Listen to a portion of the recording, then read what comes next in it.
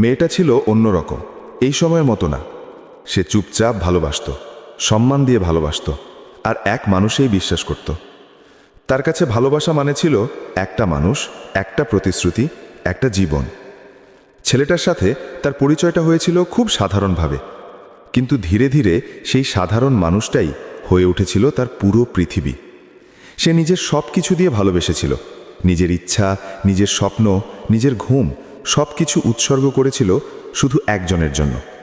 রাত 3টে পর্যন্ত জেগে থেকেছে শুধু তার একটা অনলাইন দেখার জন্য। সারাদিন ব্যস্ত থাকার পরেও একটা খেয়েছো মেসেজের জন্য অপেক্ষা করেছে। এটাই ছিল তার ভালোবাসা, নীরব, গভীর, সত্যি। কিন্তু ছেলেটার দুনিয়া ছিল একদম আলাদা।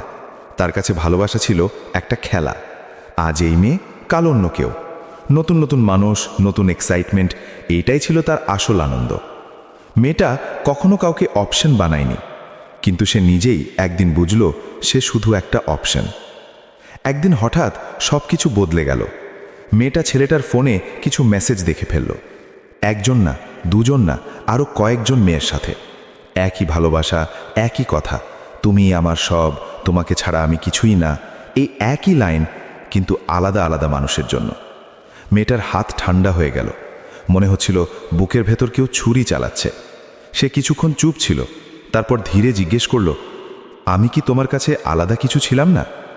ছেলেটা খুব সহজভাবে বলল, তুমি ভালো, কিন্তু তুমি খুব সিরিয়াস, লাইফটা একটু এনজয় করতে হয়।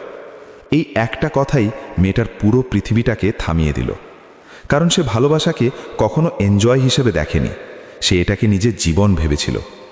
সেই রাতে মেয়েটা অনেক কাঁদেনি, কারণ কিছু কিছু কষ্ট এত গভীর হয় যেখানে চোখের পানি পর্যন্ত আসে না।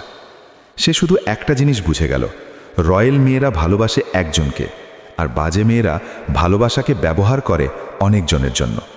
তাই হয়তো এই পৃথিবীতে দেখা যায় রয়্যাল মেয়েরা হারে আর বাজে মেয়েরা জিতে যায়।